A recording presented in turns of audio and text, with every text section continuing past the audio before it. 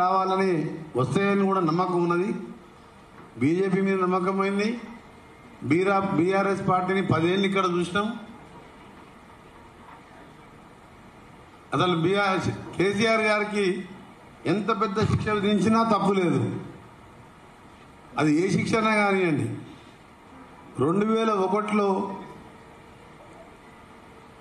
మేము అప్పుడు మొదటిసారి శాసనం చెప్పింది 99లో కొండా లక్ష్మణ్ బాబూజీ వారి ట్యాంక్ బండ్ దగ్గర ఆఫీస్ ఓపెన్ చేసినప్పుడు జలదృశ్యంలో పార్టీ పెట్టినప్పటికెళ్ళి మొదలు పెట్టి తెలంగాణ వచ్చి ఆయన ముఖ్యమంత్రి 13 ఏళ్లలో ఒక 10-20 లక్షల సార్లు దళితుడు తొలి ముఖ్యమంత్రి, ఒకవేళ చేయకపోతే నా తల తీసుకుంటా, కేసీఆర్ మాట అంటే మాట మీద ఉండే వ్యక్తి అని కొన్ని లక్షల సార్లు అన్నాడు. బహుశా అన్ని అబద్ధాలు ప్రపంచంలో గతంలో ఎవరు మాట్లాడకుండొచ్చు, ఇక ముందు కూడా ఎవరు మాట్లాడరు. అన్నిసార్లు అన్నప్పుడు ఎవరైనా సరే రాజకీయ నాయకుడు ఆ మాట మీద ఉండాలి కదా. ఫస్ట్ టైం ఏమన్నాడు, అరే పరిపాలన అధికారం లేకుంటే ఎట్లా, నేను కొంచెం సెటరైట్ చేస్తా, సెటరైట్ చేసిన తర్వాత మొత్తం నీళ్ళు లైన్లో పెడతా అని చెప్పి కొన్ని రోజులు ఉంటే ముఖ్యమంత్రి అని ఏదో అప్పుడు తప్పించుకున్నాడు. మీ ఎవరేమో కూడా ఇట్లా ఎంటబడలేదు, దళితులు ఎంటబడలేదు, దళితులు 3 ఎకరాలు అన్నాడు. సరే, ఆయన హామీలన్నీ మీకు తెలుసు, మీరు రోజు చూస్తూనే ఉన్నాం.